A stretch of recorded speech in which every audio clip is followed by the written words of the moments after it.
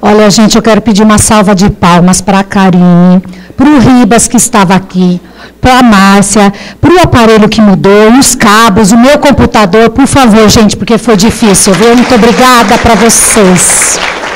Muito obrigada. Cadê o Carlos? Muito obrigada. Muito obrigada, Karine. É verdade. Vocês assistiram Apolo 11? Quem assistiu? Aquele filme Apolo 11. É verídico. Vocês vão gostar muito, assistam.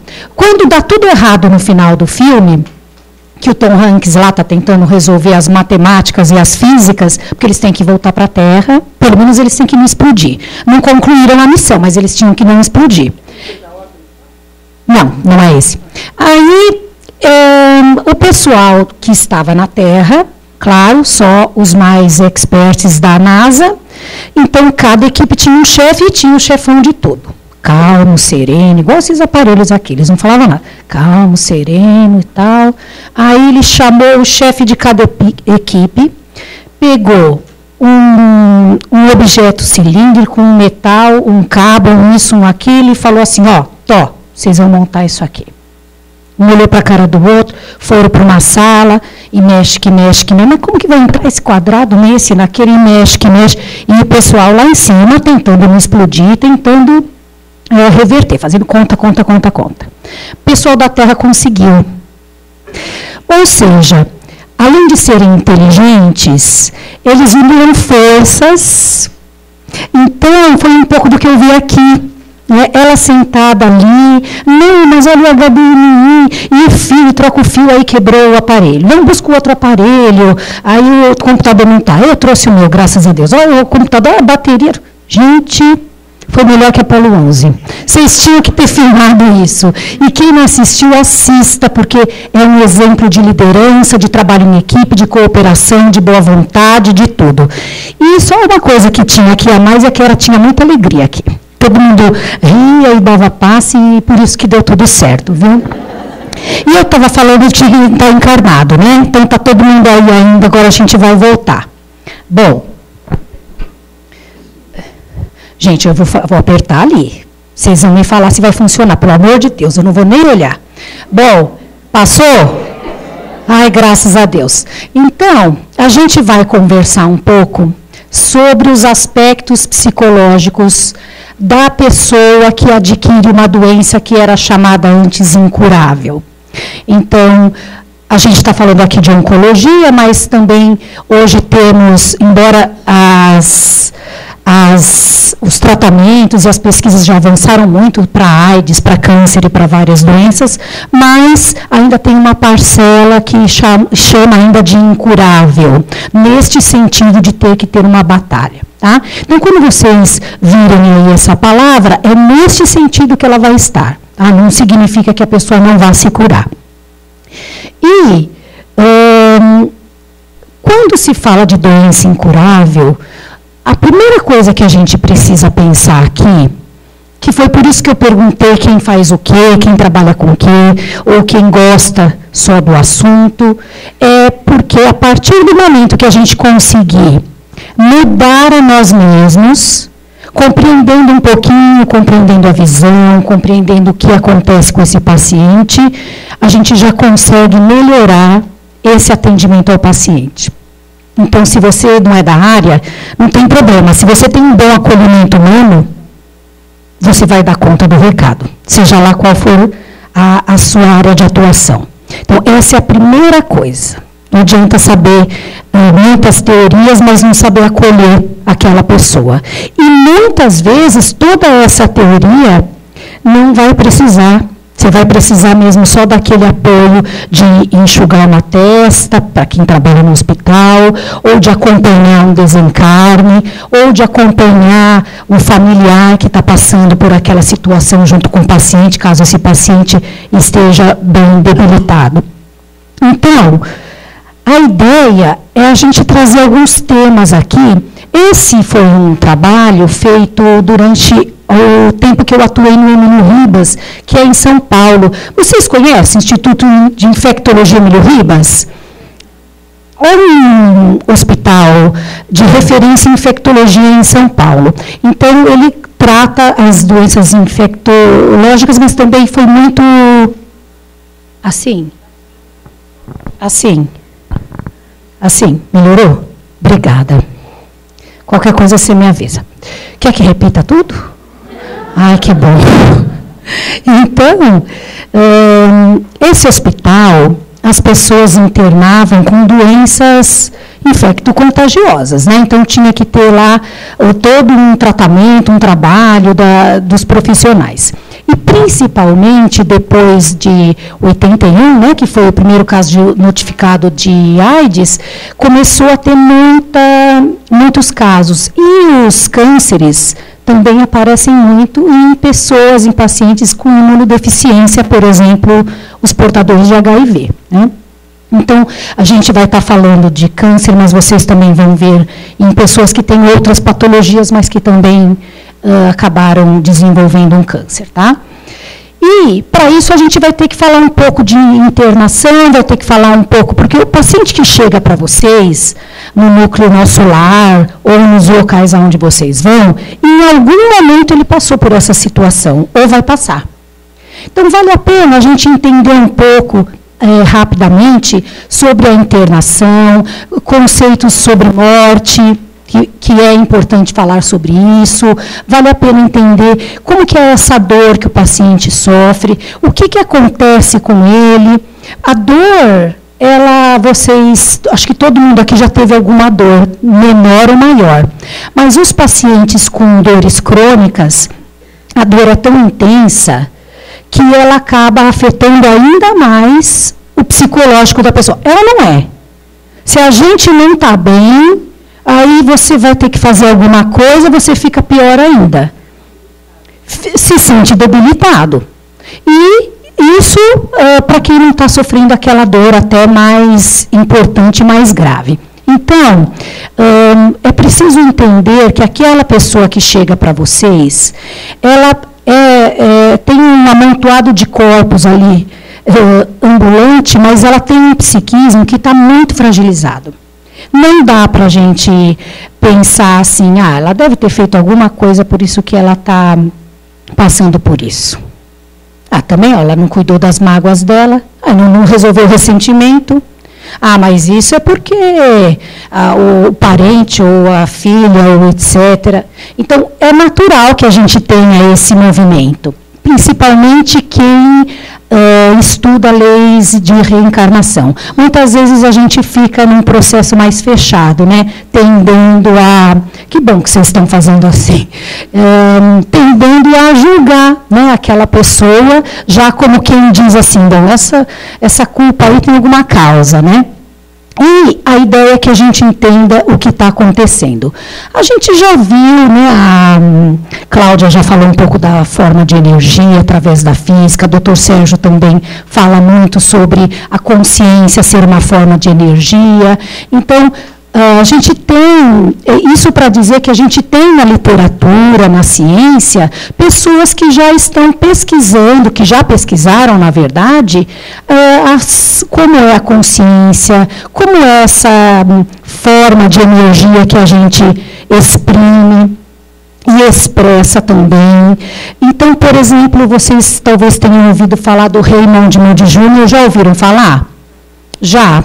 Então, é um pesquisador que ele estudou, pesquisou 150 casos que ele chama sugestivos de reencarnação. Faz tempo isso. Um dos casos era do Brasil. Então, vou falar rapidamente, não sei se todos já conhecem, mas eu vou falar rapidamente. Ele ia no local, aí a pessoa falava, olha... Ela está lembrando, ela está dizendo que a mãe dela, assim, e a mãe dela está lá não sei aonde. E o irmão dela, e o pai dela, e eles fazem isso, fazem aquilo, e ela está dizendo que aqui não é a casa dela, que é a casa dela, tal e tal e tal.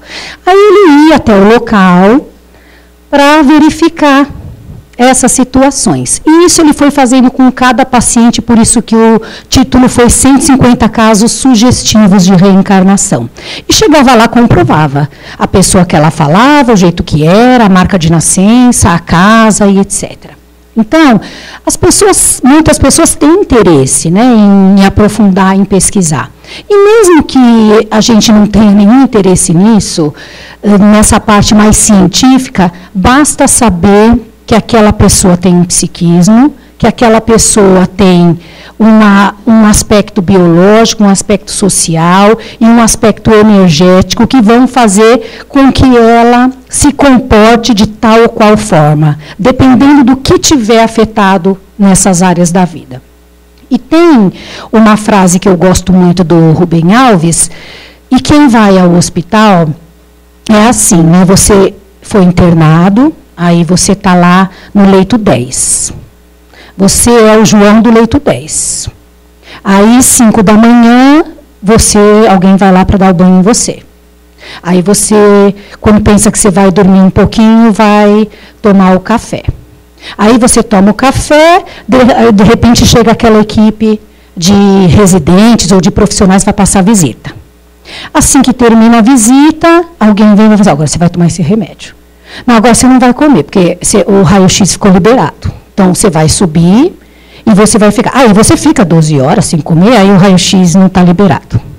E assim vai. Então, ele diz assim, a doença arromba a porta e transforma a intimidade numa sala de visitação pública. Já não é um motivo para a pessoa estar fragilizada? Não precisa nem ter câncer, né? Toda pessoa que passa por uma internação, ela já fica mais fragilizada. Ela já fica, muitas vezes, infantilizada. Porque ela é o leito 10, o leito 11. E para que a gente está falando isso aqui? Porque provavelmente a gente vai mudar isso algum dia. Né? Já vem mudando e muitos de vocês já vão encarar dessa forma, principalmente quem lida com essas pessoas. Teve uma médica, a doutora Elizabeth Kubler-Ross, quem conhece? Ai, que bom! É o melhor livro que você leu, é muito bom, né? Você leu também? A doutora Elizabeth Kubler-Ross, na década de 60, ela fez um estudo em um hospital com pessoas portadores de câncer. Então, do estudo dela, ela percebeu que aqueles pacientes passavam por algumas fases no momento que recebiam um diagnóstico de como se chamava, então, de uma doença incurável. Mas, se a gente for fazer um paralelo rapidamente, vamos supor, você é um pai de família, você tem lá os seus 4 filhos e você sustenta eles. Aí você perdeu o seu emprego. Não tem outra pessoa na sua casa que trabalha e você ainda tem que dar conta de outras coisas. Você vai ficar em choque?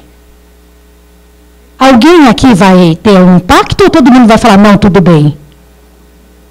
Vai ficar em choque? Todo mundo, pelo menos de alguma forma, né? Vai ficar apavorado, né? Aí começa, não pode ser comigo, não sou eu, eu sou um funcionário exemplar, eu sou assim, como é que pode tal pessoa, o vizinho, a vizinha, o fulano que não faz nada, e por que eu? Né?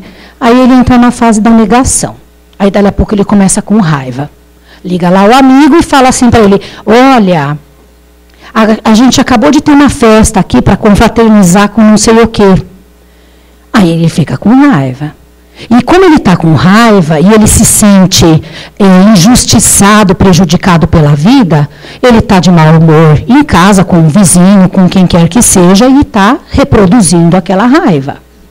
Aí ele fala assim, não, espera um pouquinho, já vi que esse negócio não tem volta.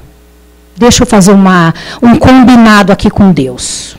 Olha, se eu conseguir de novo aquele emprego, você já passou isso? Por isso você está falando assim? Se eu conseguir, quem é que nunca barganhou com Deus, gente? Não é verdade? Agora eu não precisei, porque tinha tanta gente aqui encarnada, mas a gente barganha o tempo inteiro, né? E, não, se eu conseguir esse emprego, eu prometo que eu mudo. Se eu conseguir um outro emprego, pelo menos, mais ou menos igual, eu prometo que eu não trato mais aquela pessoa daquele jeito. E assim vai barganhando, porque ele começa a entender que que aquela situação, para aquele momento, não tem volta. Bom, até que ele chega numa aceitação, e aí a gente já vai entrar nos casos de oncologia propriamente dito. Então, a negação para o paciente, o choque que vem no início, né, quando muitas vezes aquele profissional fala, então, o seu João, está aqui os seus exames e você tem um câncer, assim, assim, assim. E aquele silêncio, né? E um olha para o outro olha para um, e não sai nada daquilo. E começa todo um processo na mente daquela pessoa que muitas vezes ela descobre uma doença por uma outra coisa. Ela foi fazer um check-up, foi fazer um exame. Ou não necessariamente ela está, nos casos com AIDS, é muito comum isso. A pessoa vai se tratar por uma doença oportunista, uma pneumonia, alguma coisa, e depois percebe que chega lá, é portador do HIV. Então, ali ele já está tendo contato. E aí ele começa com essas fases, e muitas pessoas vão refazer exames, muitas pessoas vão desacreditar, muitos vão abandonar, porque eles acham que não tem nada. E aí cabe a cada um de nós aqui, cada um de vocês, entender que momento essa pessoa está para tentar esse acolhimento. Porque essa não é a fase que a gente fala, você não está querendo saber, né? Você não está querendo saber. Olha, negação é um mecanismo de defesa inconsciente que indica o grau de dificuldade que a realidade causa para aquela pessoa. Ponto. Então, não é uma coisa assim como a gente fala no popular, né? A pessoa está negando, não está querendo aceitar. Tem um processo interno aí bem importante. Então, vale a pena a gente poder acolher nesse momento. A raiva nós já falamos. Aí você está lá no hospital e começa a reclamar da agulha, porque está furando demais, aí você reclamou uma coisinha assim, ou você olha para a enfermeira, para o enfermeiro, e não está bem, não trata ele bem, aí o que você é? O paciente difícil. Né? O paciente difícil. Esse aí não colabora. Já vou eu lá no paciente. Está tocando a luz do paciente difícil. Vai lá, vai você. E a gente acaba, sem perceber, deixando de entender esses sentimentos. Por que outros estão bem e eu devo estar aqui? Né? Que é o que ele pensa. Muitas vezes, por que eu devo morrer? E outros vão ficar vivos? Então, são sentimentos, não significa que a pessoa também não tenha um gênero difícil, né? Pode ser que tenha. Mas a gente tem que lembrar que uma parcela daquilo pode ser em função dessas características que ela desenvolve, né? A barganha, muitas vezes, dá lugar para uma revisão da vida, mas num sentido mais ruim, né? No sentido de culpa, no sentido de isso está acontecendo comigo porque eu fiz aquilo. Não precisa nem ser também com câncer, né? Muitas vezes a gente passa por alguma situação assim e aí pensa, mas isso aí que está acontecendo comigo deve ser por aquilo lá que eu fiz. Né? E a ideia é que a gente se desprenda do passado. Mas ele ainda vai passar por uma outra fase, que é um tipo de depressão mais reativa. Essa fase requer, sim, a fala. Né? Muitas vezes a pessoa tem vários tipos de depressão, mas às vezes a gente fala, a pessoa está deprimida, ela está na cama. Isso aí não está deprimida, ela está falando, não para de falar.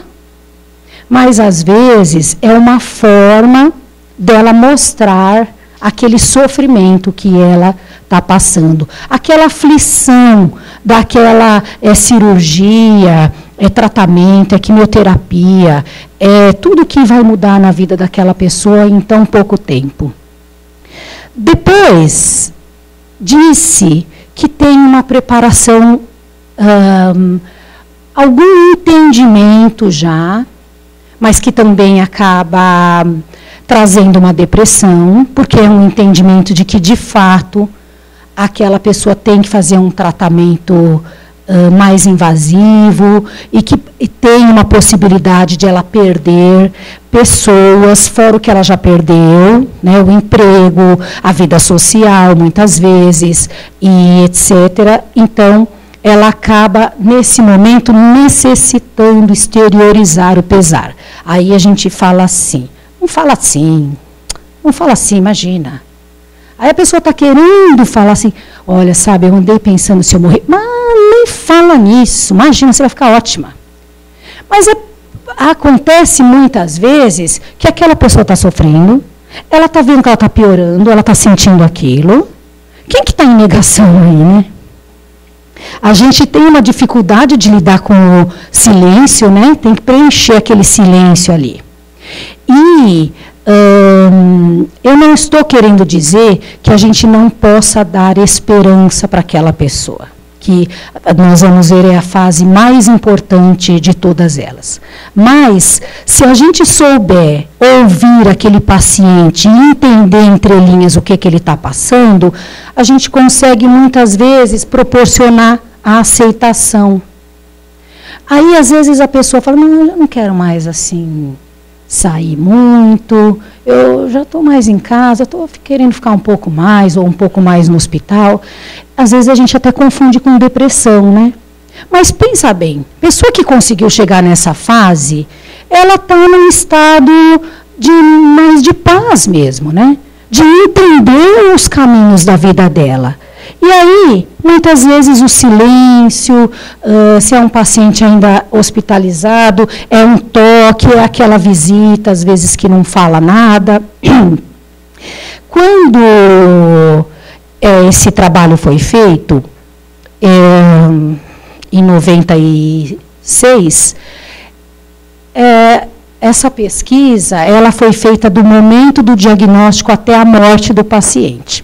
Então, foi durante um ano inteiro, todos os dias, né? Você tem um vínculo com o hospital e você tem que fazer a parte teórica e também a parte prática, a casuística, a estatística, aquelas coisas todas. Então, é muito gratificante a gente, quando tem uma pessoa que chega nessa fase. É assim, desconfortável você perceber se a pessoa morreu, por exemplo, na fase da raiva, da revolta, porque você fala, que pena, né? A gente poderia tentar proporcionar alguma coisa, porque a família passa por tudo isso, porque sempre vai ter alguém que fica para contar aquela história e dizer como é que a pessoa foi. Então, vale a pena a gente tentar explorar bem a esperança. A doutora Elizabeth Kubler-Ross sempre escrevia que a esperança era o mais importante. Naquele ano, tinha era uma senhora, não sei se chamava representante, mas que morava no Brasil e que tinha estado com a Elizabeth Kubler-Ross nessa época e feito tudo. Então, a gente ia visitar, né, fazia parte até do negócio do hospital lá, ia visitar a mulher na casa dela, ela contava e tal, de como era ela. É muito bom, né, você poder ouvir um pouco do que a pessoa sentia quando ela estava escrevendo. E ela dizia que a esperança era a parte mais importante do acolhimento, daquilo que você vai passar. Mas a gente não passa esperança só falando. A gente passa de todas as formas, né? No cuidado que você está fazendo, na forma que você está levando o café para aquela pessoa. De várias formas a gente consegue passar a esperança. E aí os familiares. Então, você é o familiar da pessoa que está com câncer, passa por tudo. E tanto para o paciente como para o familiar, não necessariamente nessa ordem. Às vezes a pessoa vai pela raiva, depois ela vai para a esperança e ela volta. Às vezes já tem uma aceitação mais pronta. Essa ordem que ela estipulou é para ter uma ideia do geral, mas elas intercalam. E com a família, a mesma coisa. Então, o familiar também precisa de acolhimento. Uma pergunta, uma dúvida. No trabalho que vocês fazem, tem algum tipo de acolhimento com a família? Tem. Tem?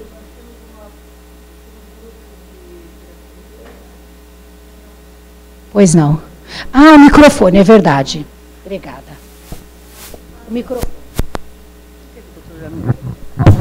Nós temos grupos de terapias no nosso lar, que eles dão acompanhamento para o paciente, né? E automaticamente a família até percebe a mudança. Sim, muito. E a família também sofre, né? A gente passa por tudo isso também, viu? E tem que tentar. E uma experiência interessante é que, assim, a família que já não se dava muito bem, ou que já tinha algumas questões ali mal resolvidas com aquele paciente, se os integrantes da família não tivessem essa habilidade ou essa vontade de transformação, degringolava tudo. Família desfazia de vez. Porque vira um problema, porque tem que cuidar disso, porque vai gastar dinheiro, porque tem que levar para cá, porque tem que levar para lá, porque a fila do SUS é enorme, por quê? E aí você faz as suas coisas, outro também faz, não dá para ficar. Quem é que vai responder por isso?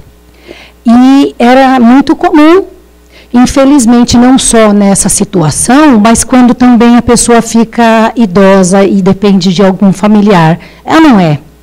Quem vai cuidar dele? Aí fica um dia com um pouco com outro, um pouco com outro. Às vezes não dá para ficar com ninguém, às vezes ninguém assume.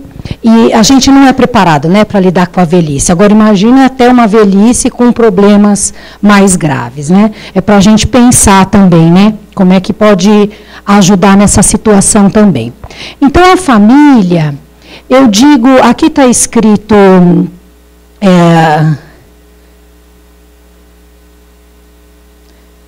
qual que é? Acho que é esse aqui.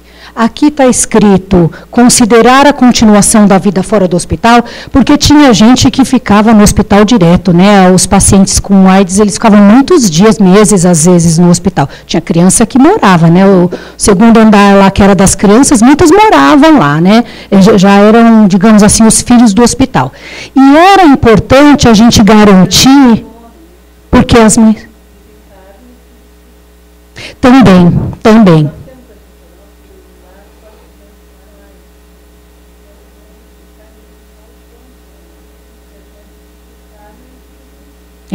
Ela está dizendo que eles têm no grupo Nosso Lar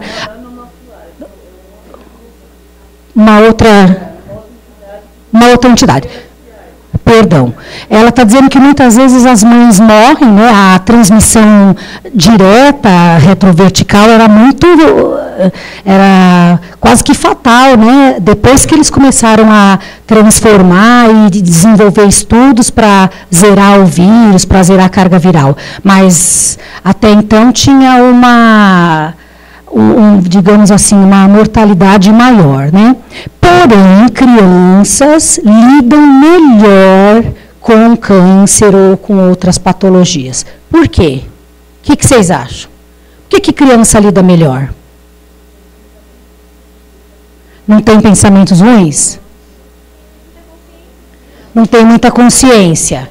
O que mais? Uma proporção diferente. O que mais? Desculpa, não ouvi. Tem menos preconceito. Tem mais alegria. Muito bom. O que mais? Hã? Ela falou, pois não.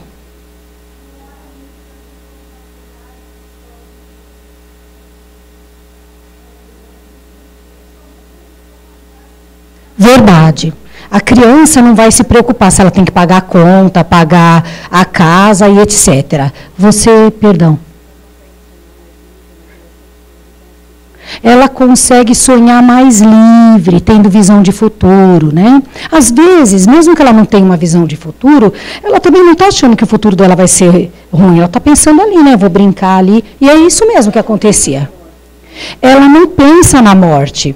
Só quando ela começa a sofrer dores físicas ou quando o amiguinho morre, quando acontecem as coisas. E eles trabalham muito bem, essas crianças. A salinha que elas ficam, que é uma grande ludoterapia, é ali que eles falam de tudo. Falam da morte, se vai morrer, se não vai. Dali a pouco já está falando do carrinho de novo. Não tem, né, o preconceito, aquele tabu. E também elas não têm aquela coisa de que é câncer, vai morrer. Nossa, agora vai sofrer. Ela não tem, de fato ela não tem. Ela tem uma ingenuidade, uma consciência melhor, não tem os pensamentos negativos, né? Então, vale a pena de vez em quando a gente resgatar a criança interior e lembrar que a gente já foi daquela idade e que se fosse naquela idade você ia pensar assim. Então, vale a pena você transformar, né, e ajudar as pessoas a transformarem. Bom,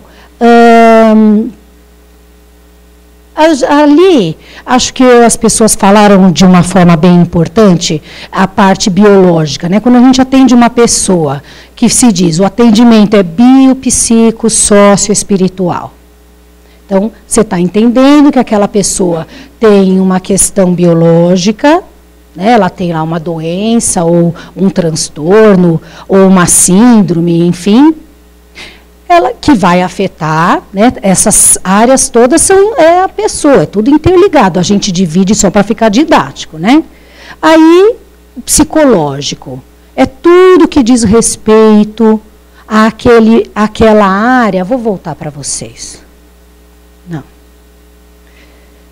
Olha, diz respeito, naquele momento, ao comprometimento que a pessoa está apresentando. E também vai dizer respeito àquilo que você quer resgatar, daquilo que não está bem. Comprometimento aqui não é no sentido de engajamento, é de comprometimento, de comprometido, tá? De deteriorado. Então, o que é o psicológico? As angústias, os medos, as reações que a pessoa tem, que todos temos. Aí, quando você está nesses atendimentos que vocês fazem, as tuas crenças, os teus medos, as tuas angústias, estão tudo ali.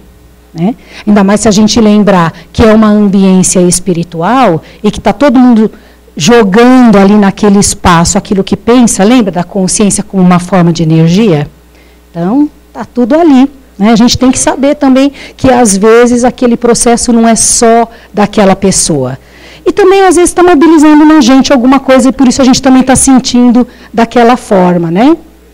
O social, é a família, é a escola, é tudo que a pessoa faz, é o que ela tem. Isso também é importante, quem for, por exemplo, da psicologia, quem trabalhar com isso, entender como é que ficaram essas áreas da vida da pessoa. Como é que ela está fazendo? Se ela ia na escola ou se ela não ia, se ela saía, como é que está a vida dessa pessoa? Porque vai interferir muito, né, nas coisas que ela faz. E o espiritual? Peraí, deixa eu tirar daqui. Pronto.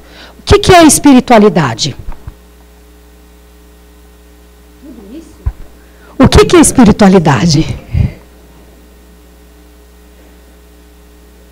O que é espiritualidade? Transcendência, essência. Que mais? Ter fé? Ter fé, alguém falou? Eu ouvi? Que mais? Desculpa, não ouvi. Além do físico. Que mais? O que é espiritualidade? Eu não saio daqui se vocês não falarem mais. Fala. Acreditar que existe outra vida além dessa. Que mais? Transcender o corpo, conhecer a si mesmo, a conexão consigo mesmo. Tá certo agora? O que mais? Quem mais gostaria de falar? Não.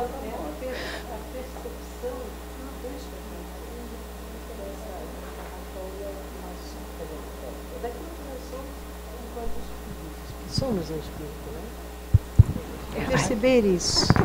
É perceber que somos um espírito. Tá.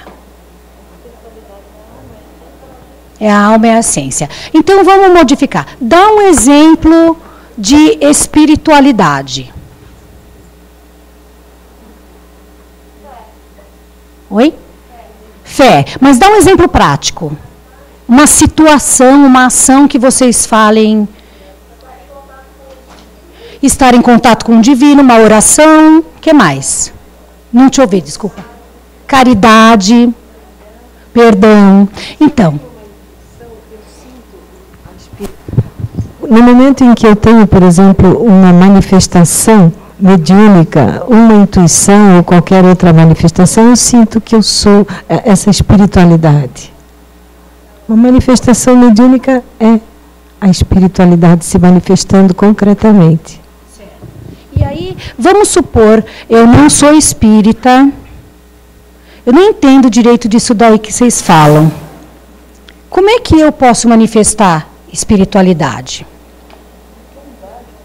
Bondade, caridade? Também. Né? Então, a espiritualização, que não significa o espiritismo, a espiritualização diz respeito àquela transformação da pessoa, aquela manifestação, aquele contato que ela tem com o divino, com o sagrado, a forma como ela faz aquilo. E ela vai se espiritualizar mais ou menos de acordo com as coisas que ela for fazer, não com a religião que ela frequentar. Ela pode frequentar qualquer bandeira religiosa, mas ser muito espiritualizada, é ou não é? Tem tantos exemplos aí para a gente, né? Então, é muito importante a gente entender isso. Não é a pessoa, a bandeira religiosa, que determina o quão espiritualizada aquela pessoa é. Por mais que ela tenha muitos anos de vida ou de conhecimento. É a forma como ela vai fazer. O Dalai Lama, quando perguntaram para ele, vocês já devem ter visto isso, porque passou muito na internet, né? Qual é a melhor religião? O que ele respondeu? Vocês lembram?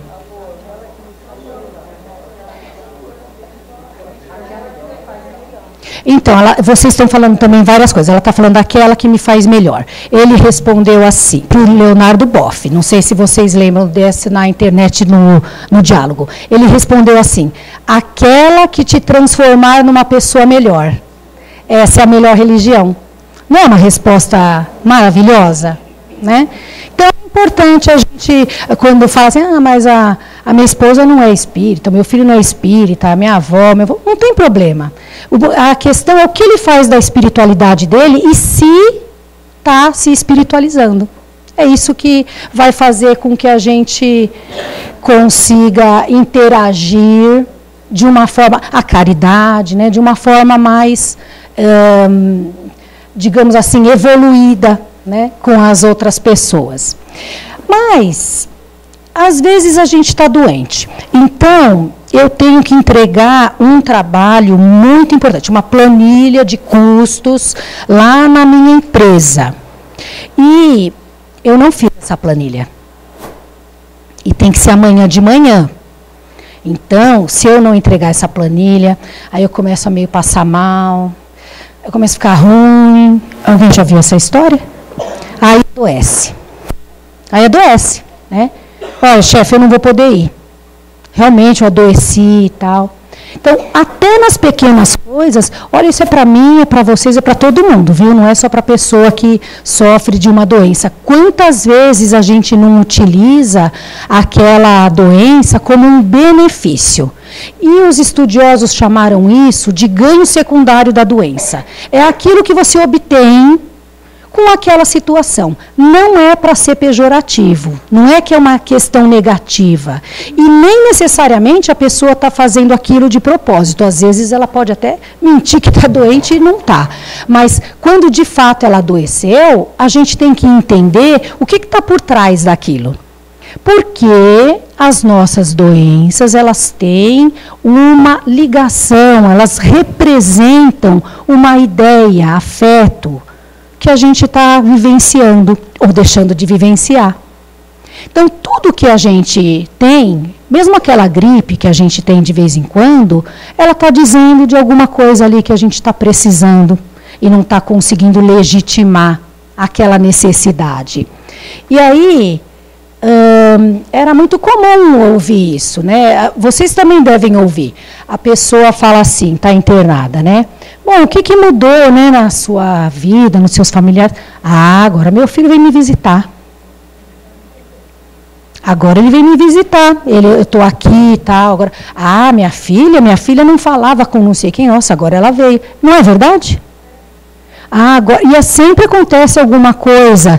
E, gente, é claro, vocês já devem ter pensado nisso. Ninguém em sã consciência vai falar assim, eu vou ter um câncer para o meu filho vir me visitar. Pelo amor de Deus, não é esse o mecanismo. Mas aquele resultado de uma vida, de um relacionamento, como o Dr. Sérgio falou, às vezes é um resultado e às vezes é uma necessidade de algo que não resultou em nada, que não teve um resultado. Mas tudo isso a gente precisa entender, porque se não entender, se a pessoa começa a ver vantagem naquele benefício que ela está obtendo com a doença, o que acontece? Ela não sara. Não sara. Vale a pena ter essa depressão. Não vou trabalhar, minha esposa, meu marido vai fazer tudo o que eu quero, vale a pena. Ela não sara. E, repito, não dá para a gente falar para a pessoa, eu sei porque que você está com essa depressão, porque você não quer trabalhar. Lembra dos mecanismos de defesa inconscientes e que tem toda uma história aí para ser entendida. E se a gente também não fizer isso, a gente não ajuda a pessoa a sair daquela fase, não adianta nada. Aí vai ser um conteúdo seu brigando com o conteúdo da pessoa. Sabe, eu estou percebendo que ela não quer nada. Também não vai ajudar em nada. Então, o profissional que trabalha nessa área sabe, você tem que lidar com aquilo que você sente quando se depara com aquelas situações do paciente, né? Por isso que é um aprendizado mesmo para todo mundo, né? Cada um tem uma forma para falar o que é viver. Viver é estar de bem com a minha família, viver é não sei o quê, viver é evoluir, viver é passar... Não é? Se der um papel para vocês, cada um vai escrever o que é viver para si. E talvez todo mundo, a gente junte tudo isso e dê um livro bem interessante, né? Mas, como a gente está falando daquela questão da oncologia e que pode chegar à morte, quem é que consegue morrer bem? Quem que... Oi? Quem viveu bem. Quem não se deve nada, consegue morrer bem. E não é no sentido de eu vivi bem, que eu viajava de iate toda semana, eu, tive uma vida de mordomia, foi excelente. Não é isso. É a pessoa que passou pelas coisas da vida e está lidando com aquilo, está transformando, está espiritualizando e, ao mesmo tempo, ajudando outras pessoas. E aí ela começa a pensar assim, nossa, mas acho que eu não fiz isso ou aquilo, não vou ficar me devendo isso não. Vamos lá, eu vou fazer. Aí começa a entrar um pouco, muitas vezes até na missão, né? Poxa, eu quero fazer isso. Vou fazer isso, vou desenvolver e vou falar para outras pessoas. E por isso que muitas vezes a pessoa fala, olha, depois dessa doença, depois que cortou a perna, depois que perdeu o braço, eu me tornei uma pessoa melhor. Numa das coisas da conclusão, essa foi uma evidência. Muitas pessoas se tornaram melhores depois de tudo que passaram, ou enquanto ainda estavam passando. Então, a ideia é que cada um reflita e veja consigo mesmo como é que anda a sua vida. Olha, aí a gente sai do rumo do paciente e volta para a gente, não é? Porque aquilo que você transformar em você, você vai melhorar na conduta com o outro. Vai vir automaticamente. E também muitas vezes a gente fica lidando lá com o outro, mas é melhor, porque assim eu não preciso lidar com as minhas coisas. O profissional de psicologia já sabe que precisa também tratar de si para poder tratar melhor o outro, né? Então fica essa dica para todo mundo. E aí eu vou falar rapidamente, sem entrar em detalhes. O Dr. Sérgio falou do Simonton. Ele era casado com essa mulher na ocasião e ele desenvolveu um método muito conhecido na oncologia, ele desenvolveu para isso, que recebeu o nome dele, o método Simonton. Então, o original, ele já teve algumas mudanças, ele tinha esse escopo. Então, a ideia é que se entendesse a patologia, o próprio paciente, se entendesse a patologia, e aí ele foi, depois de muitos estudos, criando uma metodologia que levava o paciente a visualizar, a enxergar as células dele. Num determinado momento, a pessoa desenhava aquela célula. Numa outra semana, aquelas pessoas faziam uma visualização induzida de destruir aquela célula, e aí cada um tinha uma forma. Tudo isso ele foi catalogando e resumiu naquele método, além das coisas óbvias. Olha, se alimente bem, faça exercício, durma, que precisa para todo mundo. E conseguiu muita coisa com isso, porque de lá para cá, isso nunca mais parou de ser usado. E mesmo que não seja com esse nome, quem aqui nunca fez uma visualização? Então, quem já fez? É melhor perguntar assim, né? Ah, ainda bem. Então, a gente faz uma visualização, o seu pensamento, seu cérebro não sabe se está errado ou se está certo. Vocês sabem disso, né? Já fala tanto na televisão hoje. Ele não sabe se está certo ou se está errado. Ele vai obedecer aquela ordem. Então, você visualiza aquelas células sendo transformadas, e etc, etc. E assim, ele vai, num passo a passo, eliminando as tensões e lidando também com a própria doença em si. É claro que não adianta nada fazer tudo isso se a gente não estiver fazendo alguma coisa com a vida, né? Todo dia eu vou lá visualizar, chego para casa e acaba demorando tudo. Bom, ressentimentos, todos vocês já devem ter ouvido falar em algum momento, que mágoa, ressentimento, raiva, isso dá doença, hein? Cuidado que isso dá doença, porque muita gente já estudou e, de fato, isso promove uma deterioração, primeiro do psiquismo, depois vão outras áreas, até que chega no corpo. Então, a gente precisa trabalhar com o quê quando tem o ressentimento? Perdão. Né? Trabalhar com o perdão. Perdão, perdoar, não é um sentimento. É um esclarecimento da situação. Foi como foi. Você não precisa amar aquela pessoa depois, se de fato tiver acontecido alguma coisa. Você precisa entender o que aconteceu. E aí você se desvincula daquela situação. Perdoou. Se você for amar aquela pessoa, tiver algum sentimento bom, ótimo. Mas não é necessário isso. Você precisa compreender que aquela situação não dava para ser de outra forma, seja lá pela razão que foi. E aí a gente não precisa ficar guardando o que eles chamam de lixo mental, que vai promovendo uma série de problemas. Já tem, assim como vocês, né, que levantaram a mão, a gente conhece muitos locais que... aqui está o nome do painel mais, nós aqui, ó. Já tem muitos locais, né, que integram essa visão na prática da ciência e espiritualidade, embora a gente ainda tenha muito o que fazer, mas não pensem que vocês estão sozinhos. Quando eu conversava aqui com a colega, ela falava, mas na rua se a gente fala alguma coisa, fala, isso daí, espírita. Né? É só a gente se desvincular do rótulo e entender o contexto geral. Né? Aí acaba ficando um pouco mais fácil. Para que serve tudo isso que eu falei? Para que serve? Obrigada.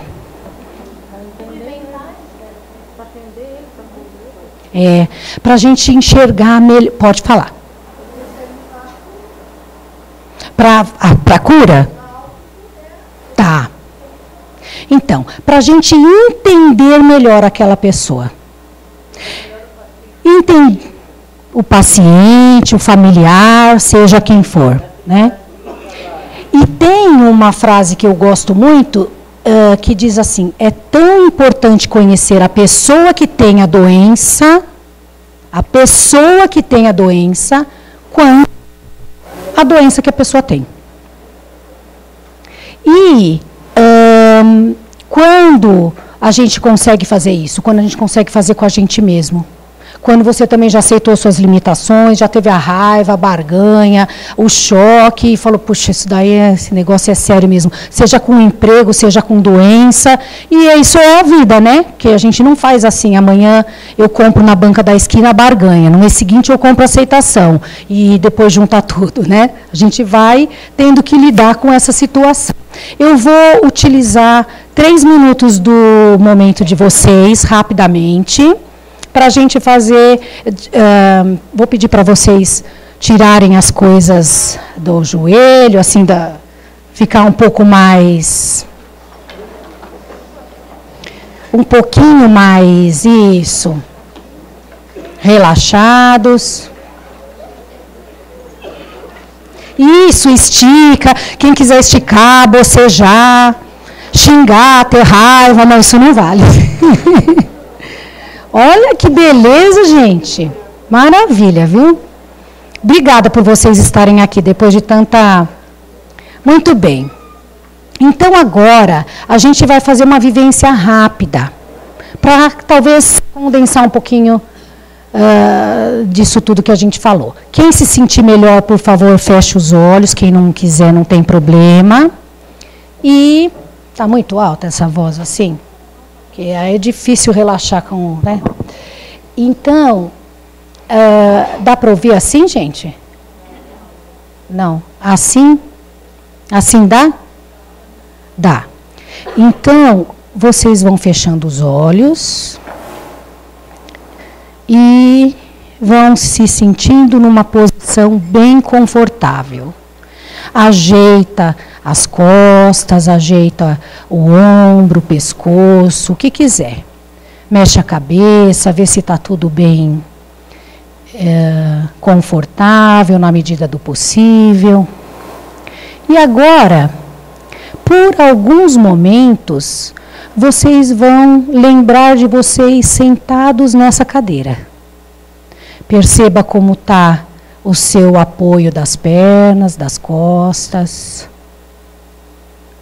Perceba como estão os ombros. Você vai tendo uma percepção de si.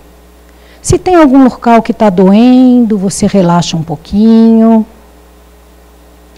E agora você vai trazer à mente uma situação conflituosa da sua vida, que você gostaria de resolver num relacionamento, sem se deter muito à cena. Traz mentalmente essa situação. E diante dessa situação, você vai examinar o que aconteceu. Qual foi a sua participação nisso tudo que aconteceu? Qual foi, talvez, a parte do outro? Começa a examinar a situação. Como poderia ser diferente? O que você talvez poderia fazer? Mesmo sem saber o que o outro faria, ou mesmo se você tiver certeza do que o outro fosse fazer. O que você poderia fazer de diferente nessa situação? E aí você começa a enxergar um pouco melhor a situação. E agora você vai praticar um pouco do perdão. Para você nessa situação, para outra pessoa. Entendendo que a vida é uma via de mão dupla. Então, sempre há uma parte que cabe a você em tudo. E ainda nessa cena, você vai se visualizando numa ação melhor, numa fala melhor, numa prática melhor.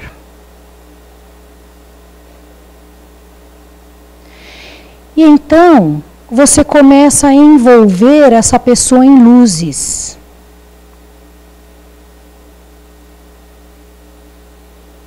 E essa pessoa vai ficando completamente envolta em luzes. E aí você estende essa redoma de luz para você. Então você e essa pessoa estão dentro da mesma redoma de luz. E aí você vai percebendo que aquele problema vai começando a se dispersar, como se fosse uma nuvem negra que vai ganhando espaço e o universo.